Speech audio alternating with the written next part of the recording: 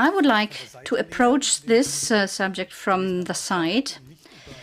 As I was asked, I was not asked to speak about Yiddish, but to speak about a basic, a fundamental linguistic question, why it is so difficult to differentiate languages. Let me start by a simple question. And in my introductory lessons, I asked this question to students, and then obviously it turns out that it's only a seemingly simple question. Question is, how many languages are there in the world? How many languages? Are there 100? Certainly there are more. The UN has 193 member states, but how many more? 1,000, 10,000, even more? Or only 500? Maybe you think for a moment and decide for yourself before I give you the solution and the answer. The answer is, we do not know exactly. It is thought that there are about 6,000 to 7,000 languages in the world. That is the order of magnitude we reckon with. Why can't we be more precise about that? Well, there are several problems. The big languages with many speakers and with a developed written culture are comparatively easy to count, but they are only a few. There are hundreds, even thousands of languages with only a few thousand speakers, many of which are not written down and not well documented, and therefore we cannot really count them well. Another question is how to deal with dead languages. Latin is no longer actively spoken, but we would naturally count it as a language with a rich written tradition. Gothic, where there is only an incomplete Bible translation, maybe two. But what about languages we know of their existence, but of which we only have a debris tradition? Etruscan, for example, or languages of which we know nothing for certain, such as the presumably many languages of the various Native Americans before the arrival of the Europeans, some of which may not have survived. Above all, there are some difficulties in defining the term. And that is what's going to be the subject of my talk. You all know what a language is, or at least approximately. German, for example, is the language spoken in Germany, and in English you speak English, in France French, and in Belgium they speak Belgian. No, that's nonsense, of course. But it shows to a layperson in linguistics, this is not meant derogatively, but it testifies to a very European view of things, which is widespread. And with the rise in importance of the concept of nation-states in the 19th century, a nation-state view also took hold in large parts of Europe with regard to the linguistic world. Mr. Becker, he quoted examples, and you could still see this nationalistic language and nation are conceptually linked, not least in Germany. And in the essence, this is not entirely wrong. Of course, German is spoken in Germany. However, it is true that German is not the only language spoken in Germany, and German is not only spoken in Germany. So the matter is more complicated. Let's get back to the problem of definition. We have said what a language is. We know. But what constitutes a language? What makes language a language? What is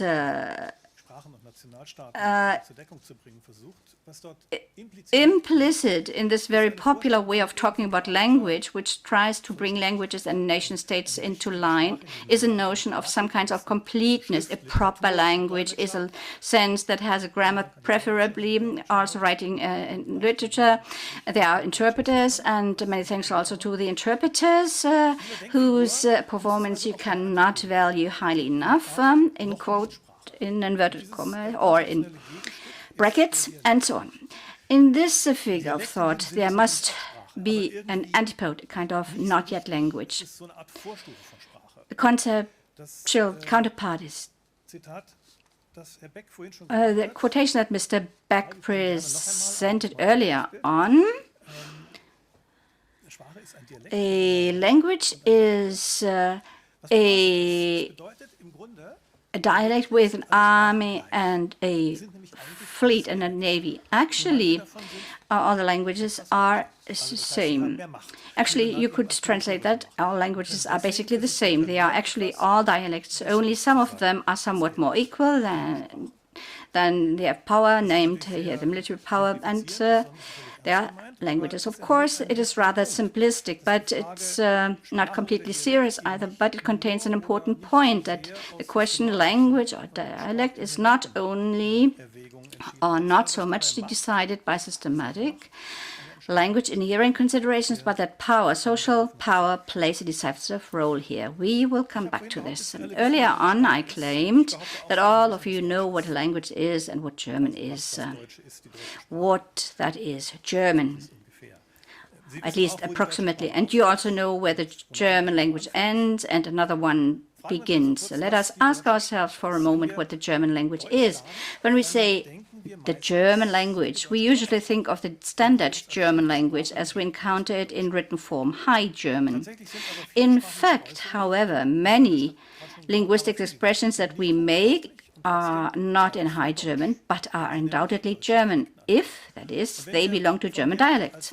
And if we start from the dialect as the language of everyday life, as the language of proximity, the German language is the sum of the German dialects, Rhenish, Palatine, Swabian, Saxon, and Bavarian. Mr. Beck said it's not the same. Of course, Bavarian and German is not identical, but maybe it is a relation between part and the entirety, and in Austria and South Tyrol, in Switzerland, and all that is German. And the standard German, as it is taught in German as a foreign language class, for example, is only one of the varieties that together make up the German language. It's a bit like in the larger world where people come together in society, form a political unit, for example, a country, and this can then join together with other countries to form a federal state.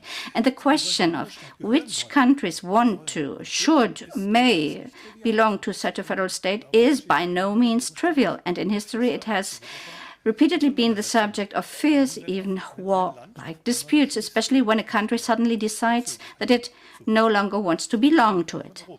We see that also today in Europe. In the following, I would like to present two case studies to you in which it becomes clear in different ways that the question language or dialect is sometimes not that easy to answer, or at least requires a differentiated view. We do not have to travel far. We stay in the German-speaking area, go to its periphery. First, we will deal with Luxembourgish and then with Low German in northern Germany. These are the two examples I wanted to present to you. If I had known that we have 15 minutes more, I would have brought along more examples. Before that, we should define certain notions and terms. The key question is, when there are two given varieties, A and B, these are two dialects of the same language or two independent languages. What are now the possible criteria for deciding this? We can approach this question two ways. Once from a historical system grammatical perspective, and on the other hand, from a sociolinguistic perspective. If you argue from the point of view of language system, if one looks at grammar and vocabulary, one will look for historically explicable systematic similarities. Ultimately, it is a matter of kinship proximity. Metaphorically speaking, are two varieties so close to each other that they have formed a common household, so to speak, or have they, despite their genetic relationship, both created their own families? German and French, while sharing a common ancestor with Indo-European, have indisputably grown so far apart that we talk about two languages. An essential argument here is that of mutual intelligibility. If two speakers of different varieties can with good will make themselves mutually intelligible and understood without much effort.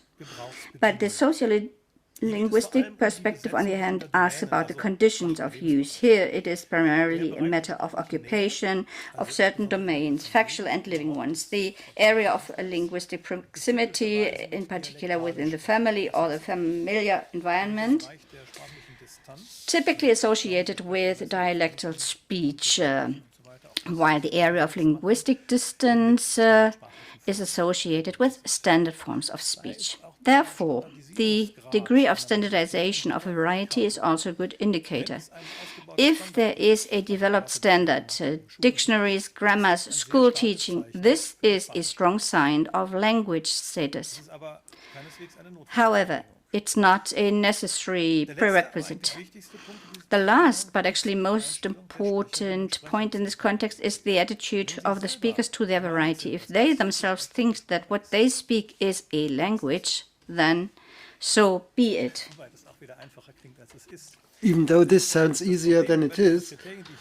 So the problem with the criteria that I've mentioned, and one could mention even more, is that there are no types, no digital criteria, no hard criteria, so to say, so that they represent kind of endpoints on scales. They are continua, which means that they are intermediate stages between languages, as we just have heard. The social linguist Heinz Kloss once called such intermediate candidates the kind of languages or Y languages, a term which unfortunately has not made it into linguistics, but it describes very well. You just have to imagine a mini dialogue. One says, this variety is a language, and B answers why. And then arguing starts. They will now deal with why such is a language. So the status of language will be questioned in this case. So there are two such varieties, Luxembourg and Lower German, which we will take a look at right now. Here you see a map of the dialectal division of the German language area. The terminology is not in all cases congruent, as far as you can see, with the everyday language designation for the respective dialects. This should not confuse you anyway.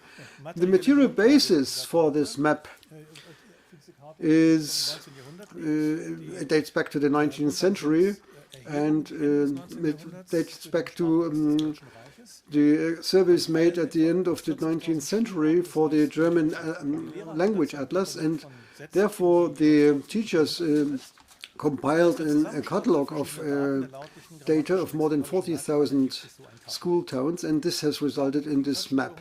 So it's more than 100 years old, these data. That's why we also have these unusual borders. But later empiric studies show that it's astonishingly stable, and this is really representing the situation quite well.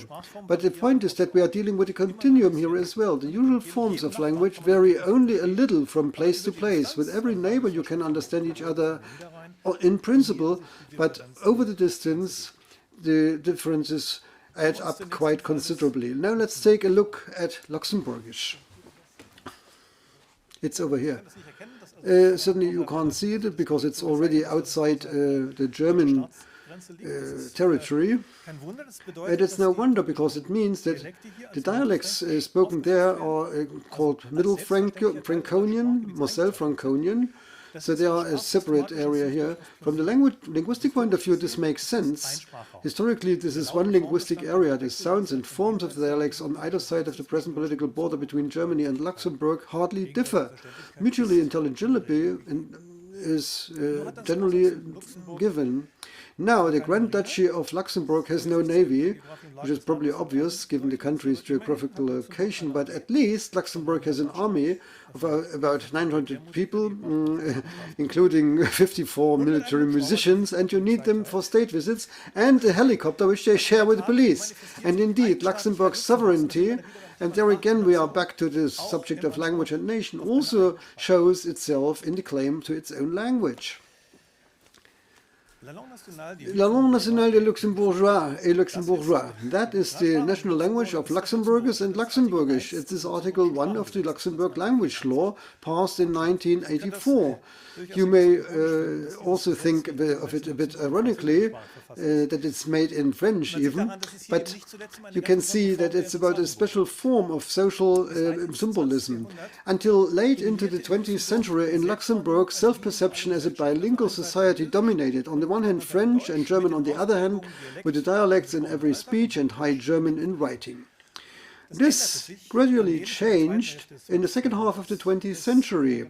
The aforementioned language law that finally aimed at upgrading the Germanic dialect spoken in Luxembourg, and subsequently great efforts were made in order to standardize and codify Luxembourgish in order to open up written language domains to it. In the meantime, a functional coexistence of these three languages has established. German, that means Standard German, is still the language of literacy and plays a prominent role in the press, for example, and at schools. For example, French dominates the political and legal spheres, and Luxembourgeois is also gaining visibility in public sphere. And indeed, the gain in prestige of Luxembourgish associated with the declaratory upgrading to the language is also reflected in the language attitudes by the speakers. I will show you a representative survey conducted a few years ago on behalf of the University of Luxembourg and in Luxembourg itself and the neighboring regions, Rhine-Palatinate and Saarland and Lorraine in France and Pelewnia in Belgium. And it seems a little bit out of focus, but as you can see, the left is Luxembourg, then Rhine-Palatinate, Luxembourg, and Wallonia comes in. There are two questions which we want to look here, from each one from a different perspective. The first is agreement with the statement that Luxembourgish is a German dialect, and you can see that it doesn't get a lot of agreement in Luxembourg itself. You have to read it from the bottom to the top. So at the bottom you see it's full agreement, and on top it's no agreement at all. When it turns into turquoise, that means I totally disagree with it. And the oranges don't know, no ideas. So fully agree and tend to agree combined add up to at least above 20%. After all, the picture is similar in the neighboring areas, but the proportion of undecided or those who haven't given an answer at all is the orange area. It is higher than in Luxembourg. Now let's do the cross-check. Luxembourgish is a language of its own. In this statement we see three things. First, there is a clear majority, over 60% in Luxembourg, who fully agree with Luxembourgish itself. Secondly, and this is quite interesting because this majority is only so clear in Luxembourg. In the neighboring regions people are much more reticent. The full agreement here is around about 30% added to rather agree, and it comes altogether to 60%. And thirdly, the majority in Luxembourg is indeed clear. Over 60% agree fully, and over 80% agree at least rather, but this also means that conversely about 20% have their doubts. So it's not 100% to zero. If you ask people in France whether it's a dialect or a French or a language, certainly the number will be much higher. The percentage will be much higher. Let's look at the second example, the Low German or flat German. Now let's look at a different situation. It is more kind of mirrored. There are also minority languages. These are on the one hand the result of migration, many numerically strong allochtonic language minorities, which actually are widely ignored in the discussion, but there are also autochthonous minority languages who are protected by the European Charter of Regional Minority Languages and have a certain status. This is different from the autochthonous ones. In Germany, these are the minority languages Danish, North Frisian, Cyto-Frisian, Sorbian and Romanesque, and the regional language Low German, while the differentiation between minority languages and is very much focused to the German environment. it is a typical, this is a side path which you don't want to go down right now. So the language area of Low German is considered to be the entire North German, north of the Benrad line, as manifested in the Wenker. If you had the map still present, well, it's actually the whole north of Germany, like it's manifested in the Wenker data of the German Language Atlas, which, as I mentioned, is a documented state at the end of the 19th century. But in fact, the Low German competences of the inhabitants of northern Germany are distributed very differently, both individually and regionally. Unfortunately, there is no valid census data on the language spoken in Germany. There are no numbers of speakers, so we don't know who is speaking which language in Germany. But there are some representative surveys from which speaker numbers can be interpolated. The most recent survey of this kind was conducted in 2016 at the Leibniz Institute for the German Language, together with the Institute of Low German in Bremen. It was a representative telephone survey carried out by the Wahlen Research Group in northern Germany among 1,632 people. It was concerned it concerned the attributions and evaluation of Low German with everyday language use, and quite fundamentally, you see the results of the questions active in German competence like here. 15.7% of the respondents rate their own active competence as good or very good. This is obviously documenting the status as a regional minority language. However, it should not be overlooked that it's a large area. In absolute figures, this value extrapolated to the survey area corresponds to about 2.5 million speakers. This is actually a large minority, isn't it? This map, however, shows there are considerable regional differences. On the map you see, for the different regions, the mean, the darker the color, the higher the competence. So passive are the values, of course, much higher, but what we are looking at is the hard fact. What we see is a clear decline from towards the west, especially to the North Sea, with regions in some time of parts of Brandenburg and southern Lower Saxony. But even for the areas which are dark, it shows that the majority of speakers has very little or no Low German competence, and we can assume that all speakers of Low German, at least insofar as this is their first language, also have a first language competence in High German.